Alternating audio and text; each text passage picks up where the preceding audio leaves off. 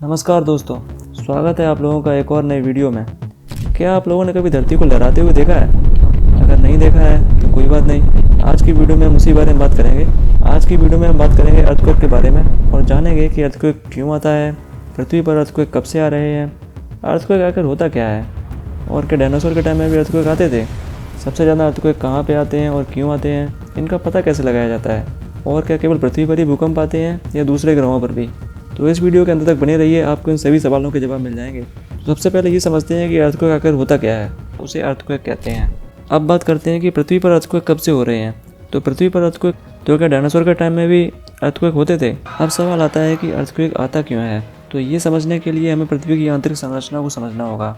यहाँ पर तापमान 6000 डिग्री सेल्सियस जो कि करीब सन के सरफेस टेम्परेचर के बराबर होता है और दबाव सर्वाधिक होता है हमारे आसपास के एटमॉस्फेरिक प्रेशर की तुलना में 35 लाख गुना ज़्यादा। ये दबाव इतना ज़्यादा होता है, लेकिन लाखों सालों में ये धीमी गति महाद्वीपों को भी स्थानांतरित कर देती है। ये टेक्टोनिक प्लेट्स मेनली दो तरह की होती हैं, कॉन्टिनेंटल प्लेट और ओशियानिक प्लेट। इसी कारण सबडक्शन प्रोसेस के समय ज़्यादातर ओशियानिक प्लेट कॉन्टिनेंटल प्लेट के नीचे चली जाती है। इसके बाद ये सबडक्शन की प्रोसेस में नष्ट हो जाती हैं। इसी वजह से इनमें सबडक्शन बहुत ही रेयर होता है।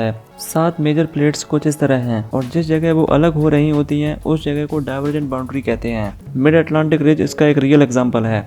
यहाँ नॉर्थ अमेरिका और यूरेशिया प्लेट दूर जा रही हैं, तो इस सिचुएशन में रिफ्ट वैली बनते हैं। ईस्ट अफ्रीकन रिफ्ट इसका एक उदाहरण है। यहाँ अफ्रीका का एक हिस्सा धीरे धीरे अलग हो रहा है, जिसे सबडक्शन कहते हैं। यह दोनों प्लेट्स टकराकर ऊपर उठ जाती हैं, जिससे विशाल पर्वतीय श्रृंखलाएं बनती हैं। कन्वर्जेंट बाउंड्री के 3 मेन टाइप होते हैं। एंडीज पर्वत श्रृंखला इसका एक उदाहरण है। यहाँ Nazca plate south American plate के नीचे जा रही है। इस प्रोसेस में डीप ओशन ट्रेंचेस और वॉल्केनिक आइलैंड्स बनते हैं। दुनिया की सबसे गहरी जगह मैरियाना ट्रेंच इसका एक उदाहरण है। यहाँ पैसिफिक प्लेट फिलिपीन सी प्लेट के नीचे जा रही है। चैलेंजर डीप भी इसी ट्रेंच में है। हिमालय पर्वत इसका एक उदाहरण है, जो कि इंडियन प्लेट और यूरेशियन प्लेट के टकराने से बना, जिससे वो गर्म मेंटल के संपर्क में आकर पिघलने लगती है, जिससे मैग्मा बनता है। पैसिफिक ओशन के अराउंड वॉल्केनोज का एक सर्कल है जिसे रिंग ऑफ फायर कहते हैं। ये दुनिया का सबसे एक्टिव वॉल्केनिक और अर्थक्वेक जोन है। इसकी लंबाई लगभग 40,000 किलोमीटर है और इसका आकार रिंग ऑफ फायर में ही आते हैं। 2011 में जापान अर्थक्वेक जिसका मैग्नीट्यूड 9 था और 1960 में चिली अर्थक्वेक जो कि सबसे पावरफुल रिकॉर्डेड अर्थक्वेक है, जिसका मैग्नीट्यूड 9.5 था। ये दोनों अर्थक्वेक रिंग ऑफ फायर में ही हुए थे। इसी तरह चंद्रमा पर आने वाले कंपनों को मून क्वेक्स कहा जाता है। इन्हें अपोलो प्रोग्राम के एस्ट्रोनॉट्स ने मून पर साइजोमीटर्स लगाकर डिटेक्ट किया था। मंगल पर आने वाले कंपनों को मून क्वेक्स कहते हैं। तो आज की इस वीडियो में इतना ही। आपको अर्थक्वेक के बारे में ये पूरी जानकारी कैसी लगी कमेंट करके जरूर बताएं। अगर आपको इस तरह की इंटरेस्टिंग वीडियोस पसंद हैं तो इस वीडियो को लाइक करें और इस चैनल को सब्सक्राइब जरूर करें। फिर मिलते हैं किसी दूसरी नई इंटरेस्टिंग वीडियो के साथ, तब तक के लिए धन्यवाद।